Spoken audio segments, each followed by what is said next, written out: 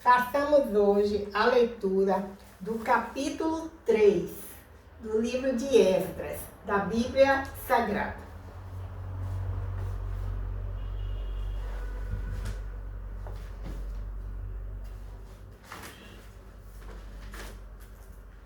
Esdras, capítulo 3.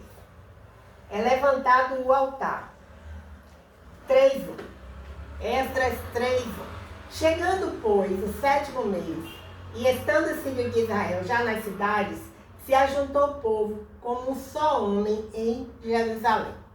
Esdras 3:2. E levantou-se Jesua, filho de Josadaque, e seus irmãos, os sacerdotes, e Zorobabel, filho de Sealtiel, e seus irmãos, e edificaram o altar do Deus de Israel, para oferecerem sobre ele holocaustos, como está escrito na lei de Moisés, o homem de Deus. Esdras 3:3. E firmaram o altar sobre as suas bases, porque o terror estava sobre eles por causa dos povos das terras.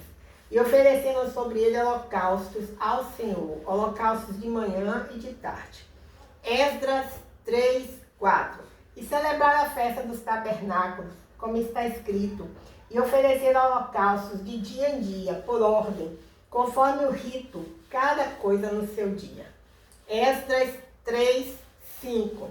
E depois disso, o holocausto contínuo e os das luas novas, e de todas as solenidades consagradas ao Senhor, como também de qualquer que oferecia oferta voluntária ao Senhor. Esdras 3:6. Desde o primeiro dia do 7º mês, começaram a oferecer holocaustos ao Senhor. Porém, ainda não estavam postos os fundamentos do templo do Senhor. Esdras 3:7. E deram, pois, o dinheiro aos sacerdotes, aos cortadores e artífices, como também a comida e bebida, e azeite aos sidônios e aos tírios, para trazerem do Líbano madeira de cedro ao mar, para Jope, segundo a concessão que eles tinham feito Ciro, rei da Pérsia. São postos os alicerces do templo. E Esdras 3:8.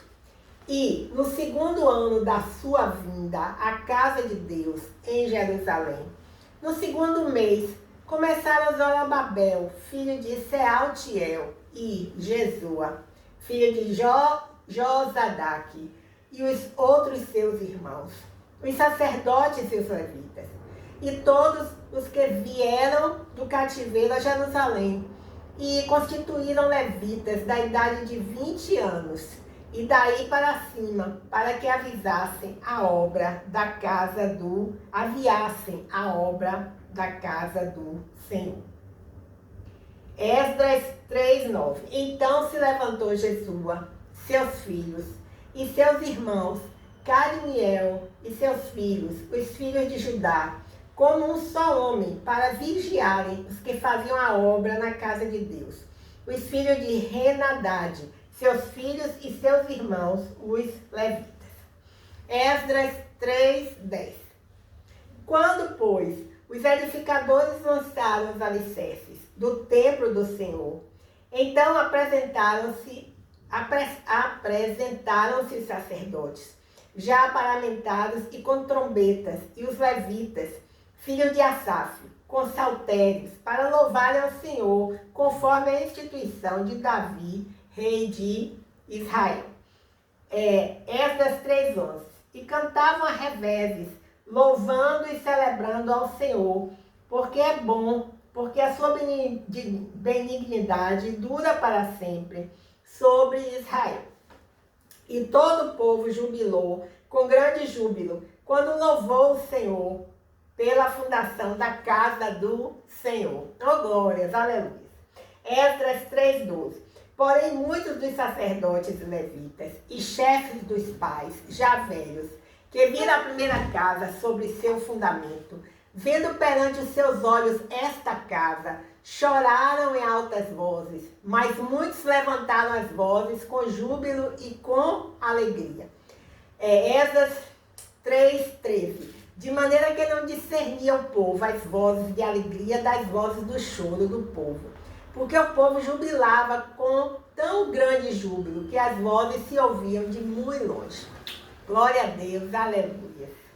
Vejamos alguns comentários aqui sobre o capítulo 3 do livro de Esdras, da Bíblia Sagrada. Diz assim: Esdras 3:1, né? O povo se reuniu no 7º mês do primeiro ano,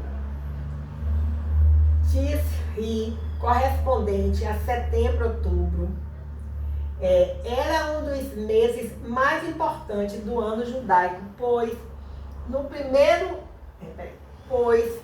no primeiro dia se comemorava Rosh Hashanah, o ano judaico, que está em Levítico 23:24. E 10 dias depois observava-se Yom Kippur, o dia da expiação, que está em Levítico 23:27.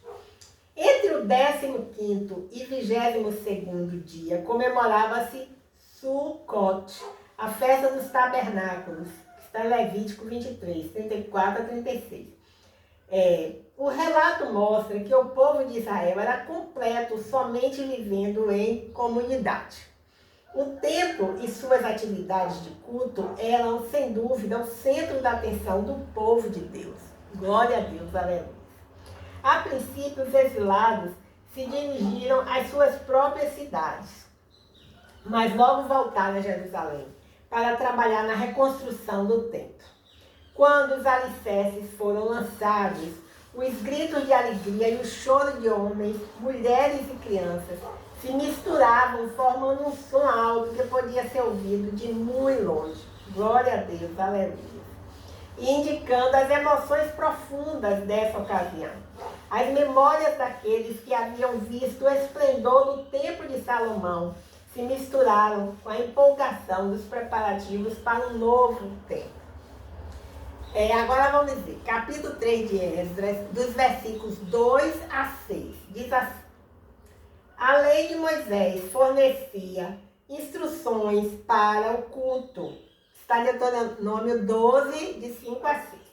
Apesar dessas prescrições terem sido observadas durante cerca de 400 anos no templo construído no reinado de Salomão, os judeus no exílio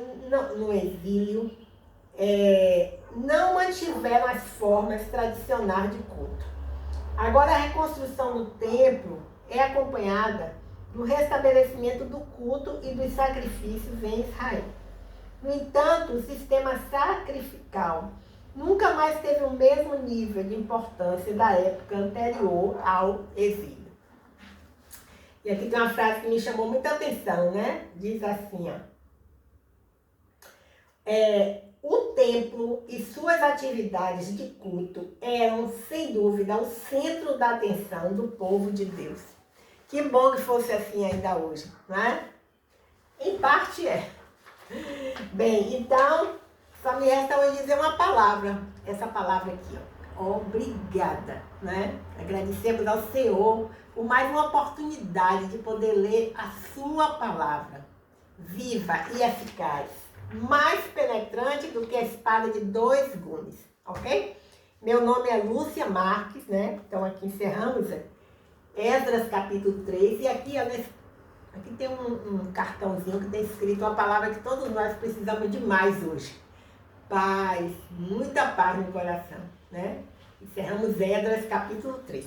Meu nome é Lúcia Marques, meu canal A Leitura da Bíblia. Até o próximo encontro, se o Senhor Deus assim o permitir.